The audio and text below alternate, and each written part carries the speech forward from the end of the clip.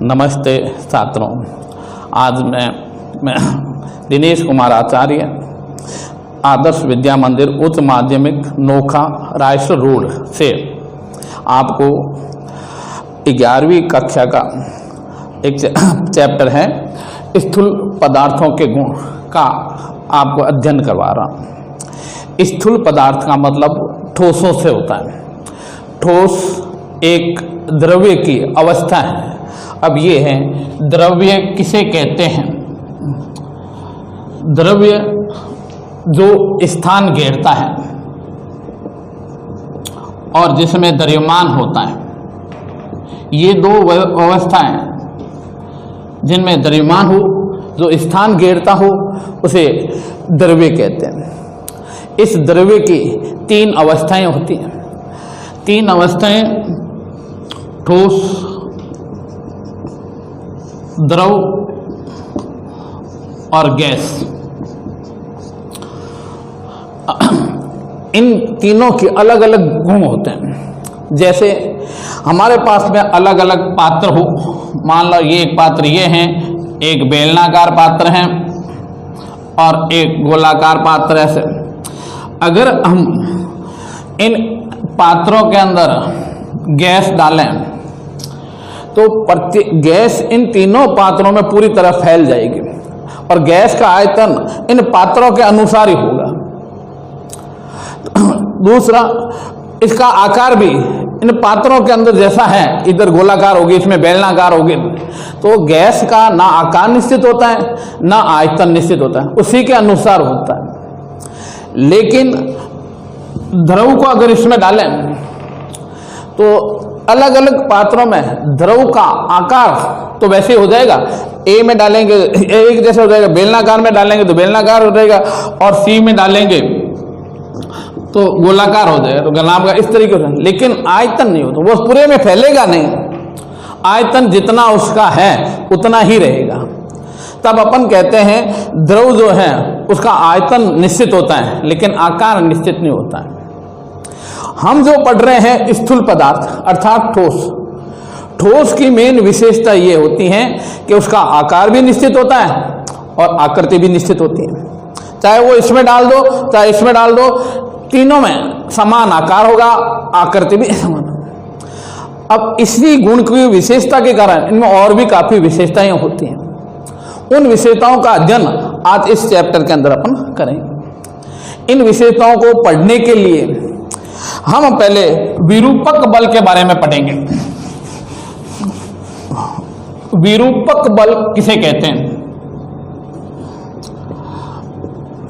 सामान्यतः हम जो बल लगाते हैं वह बल वस्तु को गतिशील करने के लिए या गति में परिवर्तन करने के लिए लगाते हैं।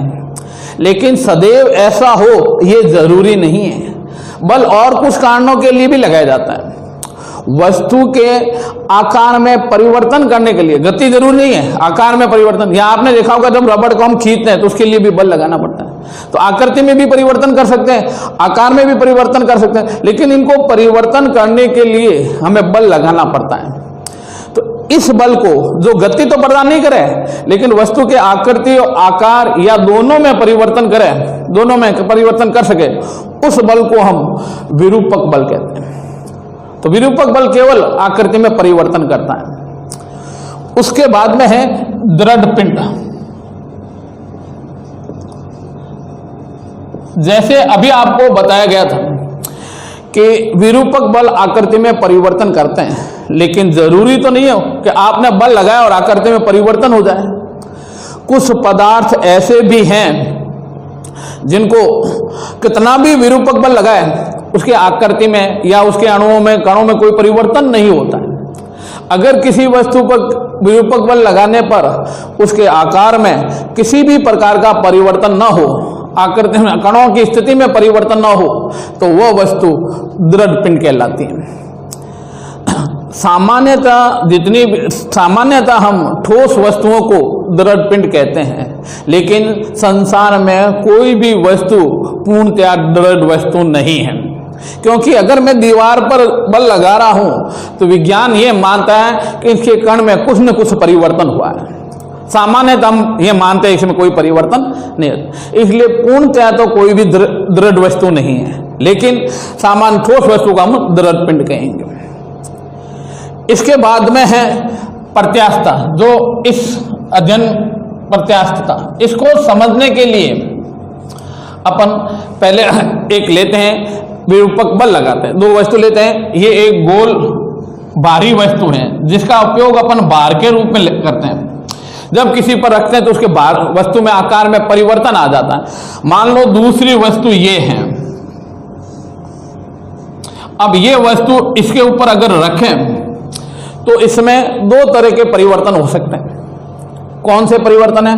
एक वस्तु जो है ये इस पर गेंद रखी भार के रूप में, तो ये ऐसा कैसा रह गया, ये भार इसमें लगाया ऐसा कर।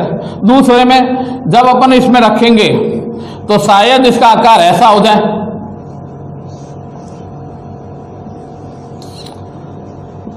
दो तरह के संभावनाएं होती हैं। उस पर रखे उसमें कोई परिवर्तन नहीं हुआ या कुछ परिवर्तन हो गया। अगर कुछ परिवर्तन हो गया तो ये जो चीज है ये प्रारंभिक अवस्था कहलाती है वस्तु की।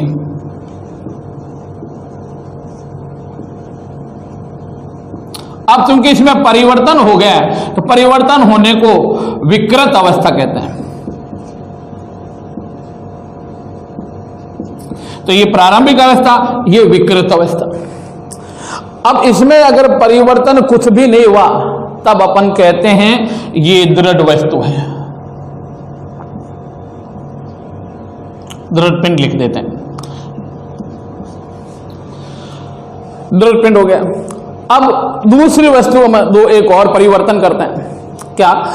अब अपन ये भार को वापस हटा लेते हैं।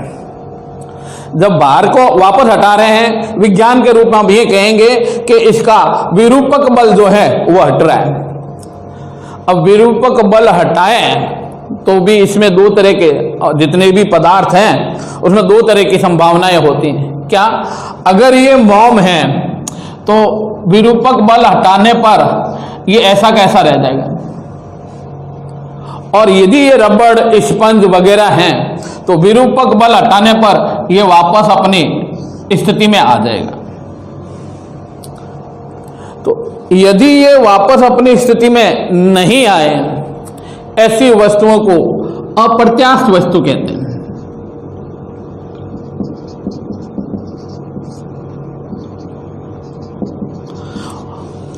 तो ये अप्रत्यास्थ पदार्थ, मोम है, मिट्टी का ढेला है वगैरह, ये ऐसे पदार्थ हैं जो अपनी वापस स्थिति में नहीं आते हैं।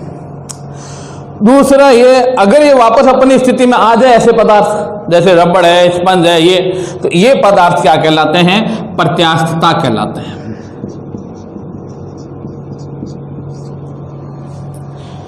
तो ये प्रत्यास्थ और अप्रत्यास्थ पदार्थ। अब हमें पूछेंगे प्रत्यास्थता की परिभाषा अगर अपन बनाए तो क्या होगा कि वस्तु ये विकृत अवस्था है और हमने इससे ये भार हटाया तो हम ये कहेंगे विरूपक बल हटाया, और विरूपक बल हटाने पर ये पदार्थ कौन सी अवस्था ग्रहण कर ली? इसने प्रारंभिक अवस्था ग्रहण कर ली।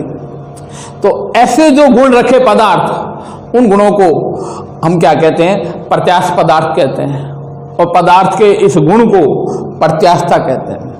परिभाषित रूप में अगर हम कहें तो पदार्थ से विरूपक बल हटाने पर वस्तु पुनः प्रारंभिक स्थिति या अवस्था ग्रहण कर लें, ऐसे पदार्थों को प्रत्यास्थ पदार्थ कहते हैं। पदार्थ के इस गुण को प्रत्यास्थता कहते हैं। इस अध्ययन में अपन इस प्रत्यास्थता के बारे में पढ़ेंगे। जब प्रत्यास्थ में जितनी भी प्रत्यास्थ पदार्थ हैं वह सभी पदार्थ अपना जो परिवर्तन होता है उस परिवर्तन का विरोध करता है। अप्रत्यास्थ विरोध नहीं करता, जैसे बनाया जैसे गया वैसे रुक बन गया, लेकिन ये विरोध करता है, और विरोध करने के कारण जब वो परिस्थिति हट जाए तो वापस अपनी स्थिति में आ जाती है।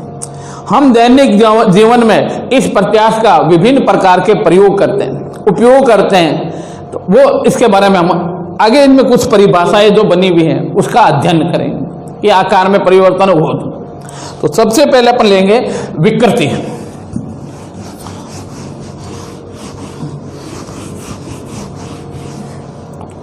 पहला है विकृति, जैसे अभी लिखा था विकृत अवस्था, अब आगे विकृति। विकृति एक प्रकार की भौतिक राशि है। यह कौन सी भौतिक राशि है?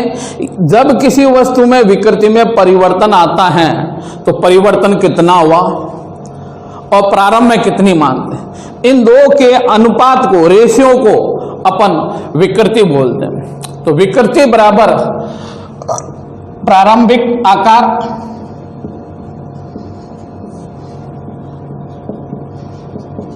बटे प्रारंभिक आकार में परिवर्तन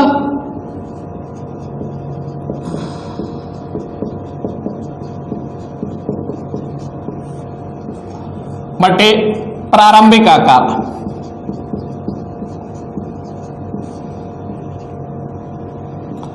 इन दो अनुपातों को, इस अनुपात को अपन क्या बोलते हैं?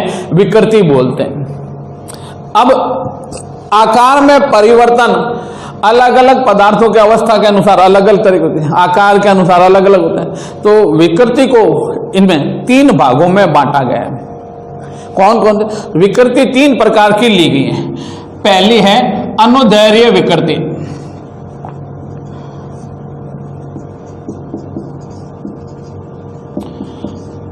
दूसरी है आयतन विकृति,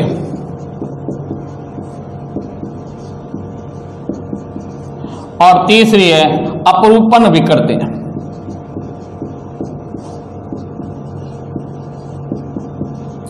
ये 3 प्रकार के अलग अलग परिवर्तन होने पर इनके नाम अलग अलग दिए गए हैं। सामान्यतः हम अनुदैर्घ्य शब्द लंबाई से लेते हैं। तो पहले अपन अनुदैर्घ्य विकृति के बारे में करें। हर एक में नियम वही लगे। हम सामान्य जो विकृतियां हैं, विकृति जो है प्रत्यास्थ पदार्थ में होती है, रबड़ वगैरह, ये तो हम दैनिक जीवन में देखते हैं। लेकिन धातुओं में भी प्रत्यास्थता का गुण होता है। मान लीजिए अगर ये कोई तार है, अगर इस तार में नीचे वेट लटकाएं तो इस तार में वृद्धि हो जाती है। तार की लंबाई अपन L माने और वृद्धि स्मॉल l माने, तो ये जो परिवर्तन हुआ वह परिवर्तन अनुदैर्घ्य विकृति कहलाती है। तो यदि किसी तार के लंबाई में परिवर्तन करें तो लंबाई में यहां जो अनुदैर्घ्य विकृति होगी वो लंबाई, तार के लंबाई में परिवर्तन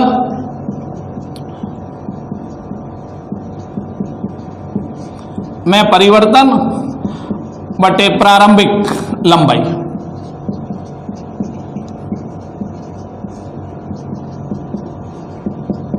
ये कहलाती है अनुदैर्घ्य विकृति।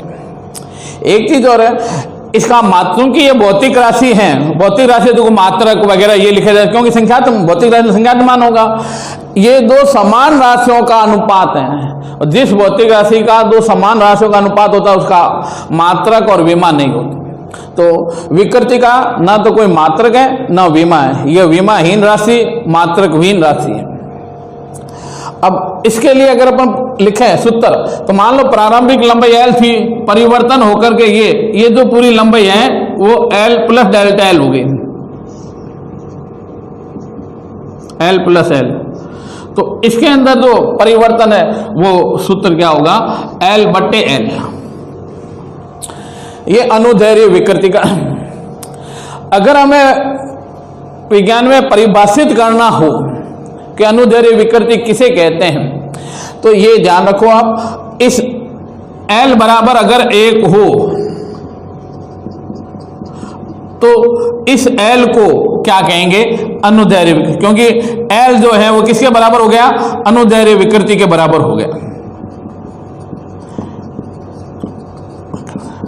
अनुदैर्घ्य विकृति के बराबर हो गया अगर L बराबर 1 हो, तो हम शब्दों में ये कहेंगे एकांक लंबाई के तार में होने वाले परिवर्तन को अनुदैर्घ्य विकृति कहते हैं।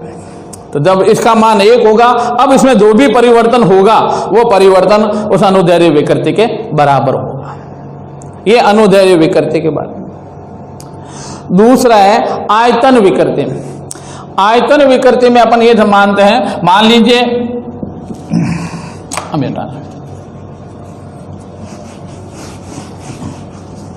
ये अनुदैर्ध्य विकृति पूरी होगी। आयतन विकृति, मान लो ये घनाभ है,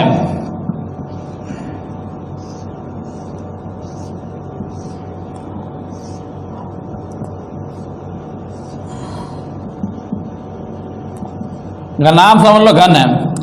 अब इसमें अपन कोई गैस भर दें, जब गैस भरेंगे तो इनके 6 सतह होती हैं, सभी सतहों पर F बल लगेगा लंबवत। अब बल लगने के कारण इसके आकार में परिवर्तन आ जाएगा, तो जो प्रारंभिक आयतन था उसे बढ़ जाएगा। दूसरा, इसको अगर इस पानी के अंदर रखें तो आयतन में कमी आ जाएगी। तो चाहे कमी आए चाहे वृद्धि हो, आयतन में परिवर्तन कितना हुआ है वह और प्रारंभिक आयतन, इस अनुपात को आयतन विकृति कहते हैं। तो आयतन में परिवर्तन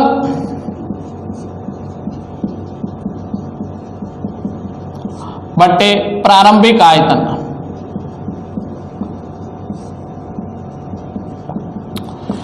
इस अनुपात को आयतन विकृति कहते हैं। तो ये हुआ आयतन। तो अभी हमने देखा लंबाई में परिवर्तन हुआ और तो अनुदैर्ध्य विकृति, आयतन में परिवर्तन हुआ तो आयतन विकृति। अब कुछ वस्तु ऐसे है कि ना तो लंबाई में परिवर्तन हो ना आयतन में परिवर्तन हो, केवल आकार में परिवर्तन हो। तो आकार में परिवर्तन हो तो कैसा होता, जैसे ये स्पंज है, जब इस स्पंज में स्पर्शी बल लगाया जाता है तो लंबाइयां एक बराबर होती हैं सभी, लेकिन इसके आकार में परिवर्तन हो जाता है। ये आगे खिसक गया, आगे खिसक गया, ये स्पर्शी बल लगाया, आगे खिसक गया। तो ये जो परिवर्तन हुआ, क्योंकि ये आकार में परिवर्तन, आकृति में परिवर्तन, किसी भी परिवर्तन हो तो विकृति, तो अपरूपण, इसके केवल रूप में अपरूपण आया है। तो ना लंबाई में परिवर्तन हो ना आयतन में परिवर्तन हो, लेकिन आकार में परिवर्तन हो, तो इस प्रकार के विकृति को अपरूपण विकृति कहते हैं। अब इसमें अपरूपण विकृति में क्या है, इसमें आयतन प्रारंभिक आयतन, इसमें ये जो थीटा कोण है, ये कोण अपरूपण विकृति के बराबर होते हैं। जितने कोण पर ये रेखाएं आगे की ओर खिसकती हैं, अपरूपण विकृति तभी आती है जब स्पर्शी बल लगता है, और स्पर्शी बल लगता है तो घन या कोई वस्तु का एक तल स्थिर रहता है और उसके लंबवत रेखाएं जितने कोण पर मुड़ती हैं उस कोण को अपरूपण विकृति कहते हैं। ठीक है।